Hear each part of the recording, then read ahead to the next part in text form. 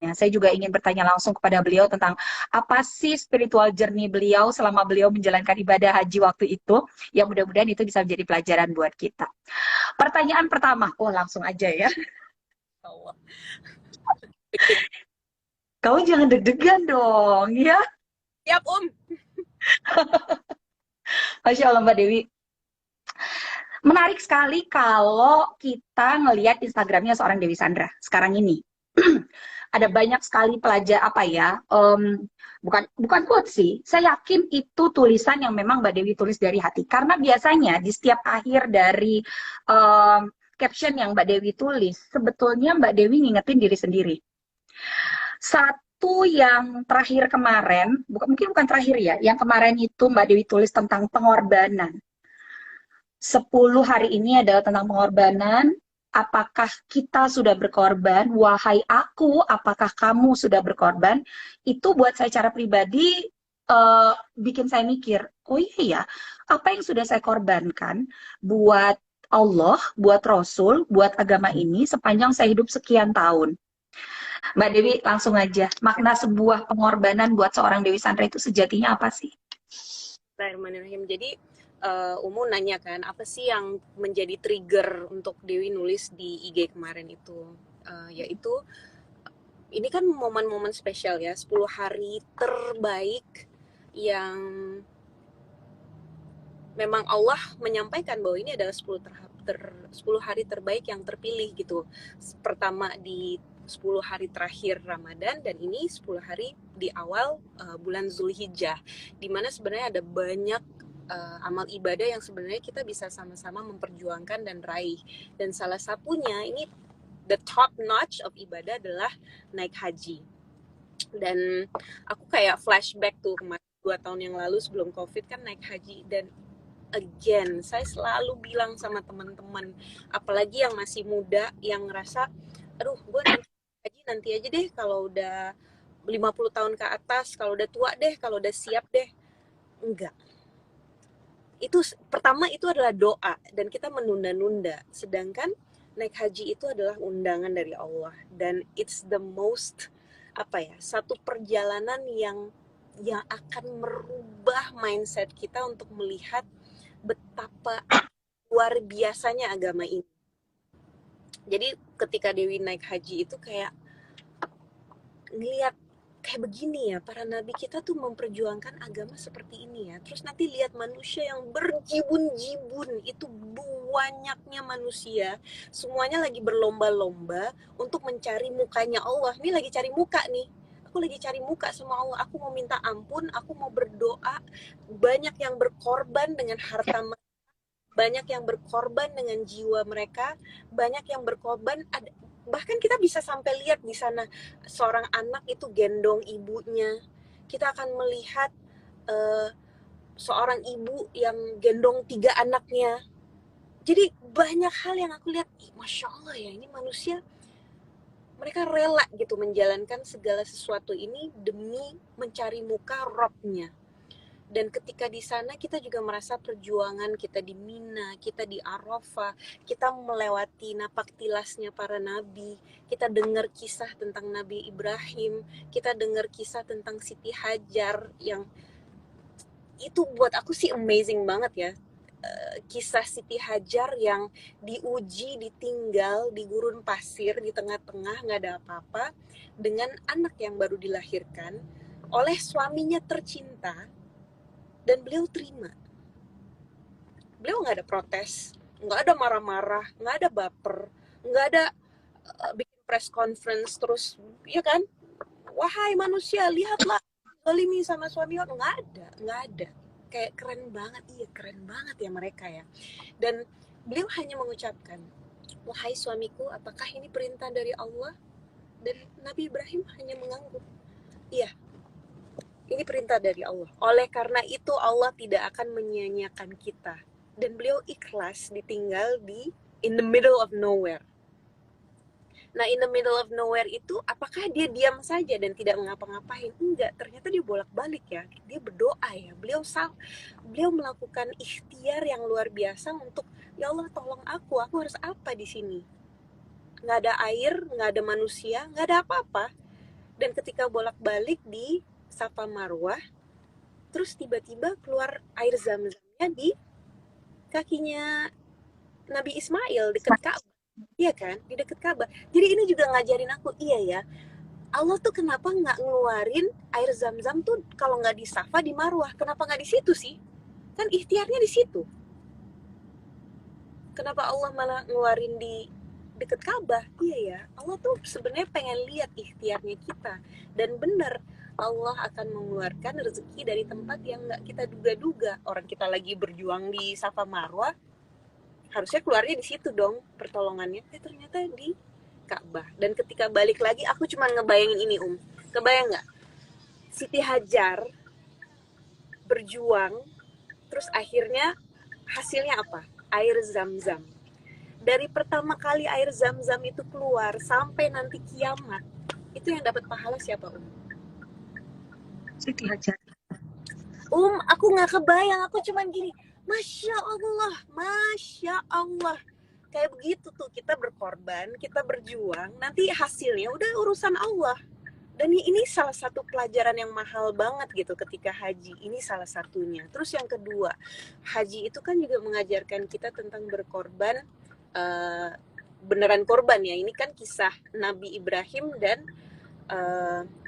Nabi Ismail gitu. Yang lagi ngebayangin lagi nih, ini bapak dan anak yang dipisahkan sekian tahun. Anak yang dinanti-nantikan, anak yang didoakan, mereka berpisah dan tiba-tiba pas ketemu, Allah minta apa? Allah minta Nabi Ibrahim untuk berkorban. Berkorbannya apa? Anak, darah, daging. Kalau hari ini Sajat disuruh disembelih sama Allah perintah nih. Itu pasti berat banget kan, Kalau bisa pasti akan mengatakan, aku aja deh, ada ya Allah. opsi lain nggak? Atau ada opsi lain nggak? Iya. Sebagai orang tua, enggak, jangan, tolong. Ini enggak, dua-duanya. Bapaknya Masya Allah, anaknya Masya Allah, mereka berdua berkorban, dan lihat, kita mendapatkan pelajaran yang luar biasa sekali.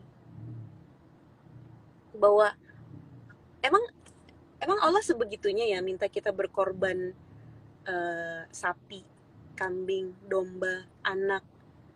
Emang sebegitunya ya? Allah butuh banget ya? Enggak. Tapi kan Allah mau lihat di antara kita semua nih, siapa sih yang mau berkorban untuk benar-benar mencari wajah Allah? And for me that's like, ini pelajaran mahal yang harus kita gali lagi. Iya ya, aku nih selama ini mengatakan bahwa aku muslim, aku udah berkorban kok, aku udah melakukan A, aku udah melakukan B, aku udah melakukan C. Tapi sesungguhnya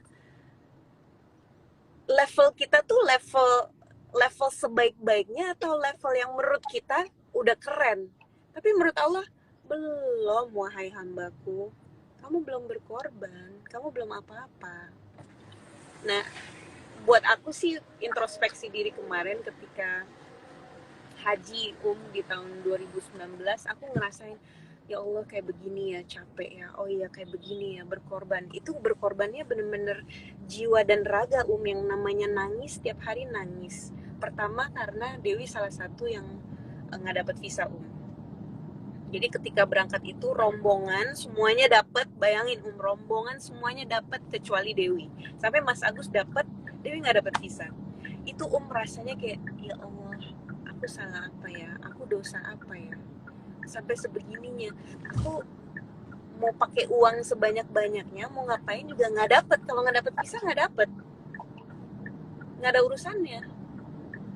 Itu aku cuma nangis saja, cuma minta ampun aja. Itu rasanya kayak nanti nih ya, nanti istilahnya kita udah ngelewatin Siratal Mustaqim, kita udah apa, tiba-tiba di depan pintu, ini pintu surga nih, aku lagi ngebayangin semua keluarga masuk, sahabat masuk, suami masuk, semuanya masuk. Terus tiba-tiba aku mau kasih tiket nih, ini dapat tiket nih, pas dicek,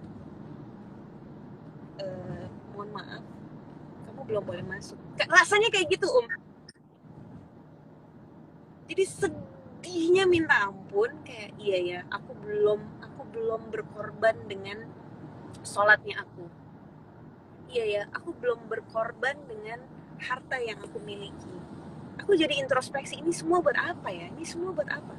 Iya ya, aku belum berkorban dengan otaknya aku. Ini selama ini otak dipakai buat apa sih, Aku baru nyadar, iya ya, aku tuh bilang muslim tapi aku belum belajar, aku belum baca Al-Quran dengan baik, aku belum hafal ayat-ayat Allah. Terus aku bilang, aku sudah berkorban. Jadi banyak hal yang membuat aku introspeksi diri, sehingga alhamdulillah atas izin Allah, tiba-tiba visa itu dapat, dan Dewi berangkat. Nah, tahun ini Dewi lagi menyaksikan teman-teman Dewi tuh yang lagi niat haji. Kemarin Dewi ngeliat itu dibagi dua, 50% enggak, hampir 80% berangkat. Terus 20% itu enggak dapat visa. Hancurnya kayak apa? Padahal persiapannya udah jauh-jauh hari. Bahkan sebelum pas Covid itu tuh semuanya kan udah berniat. Aku cuma, iya bener ya, Allah benar-benar akan memilih dan Allah akan uji. Percaya nggak dari si 20% itu kemarin mereka udah bilang nggak dapet. Terus kita saling peluk-pelukan, jangan putus asa, enggak, masih ada waktu, berdoa. Udah, apalagi yang bisa kita lakukan, apalagi kita harus semua total. Kemarin dapat kabar, dapat visa, berangkat, dan itu dibagi lagi dua. Ini sekarang tiba-tiba kita udah nih kayaknya nggak mungkin berangkat, tiba-tiba visa dapat lagi, tiket pesawat juga siap. Siapa yang mau berjuang, tapi tinggal 20 tempat lagi. Ini benar-benar yang namanya fastabiqul khairat, yang artinya fastabiqul khairat di sini nih, di bulan ini nih. Kita berlomba-lomba siapa yang terbaik di antara kita. Kita lihat kejujurannya, pengorbanannya. Lagi-lagi pengorbanan apa sih pengorbanannya? Ya udah. Sekarang kita tanya masing-masing, kita udah ngelakuin apa untuk mencari wajah Allah? Jujur kita udah ngelakuin apa? Dan saya bisa yakin bilang bahwa kalau kita jujur, kita belum apa-apa. Allahu Akbar, walillahilham. Sahabat-sahabat solihah, sahabat seperjuangan, seakidah, seiman insya Allah. Apa yang disampaikan oleh Mbak Dewi tadi betul sekali teman-teman. Ketika kita bicara tentang pengorbanan, mungkin selama ini kita ngerasa bahwa kita sudah berkorban banyak untuk agama ini. Kita sudah melakukan banyak untuk Allah. Kita sudah belajar, kita sudah baca Quran, kita sudah menutup aurat, kita sudah bersedekah, apalagi kita sudah bantu orang lain gitu ya. Kemudian kita merasa bahwa kita sudah mengorbankan banyak hal untuk agamanya ini. Padahal bila dibandingkan dengan bagaimana pengorbanan seorang Siti Hajar, pengorbanan seorang Ibrahim, pengorbanan seorang Rasulullah Shallallahu Alaihi Wasallam, pengorbanan para sahabat dan sahabiyah, kita tuh sebetulnya nggak ada apa-apanya. Bahkan bisa dibilang nggak ada seujung kukunya.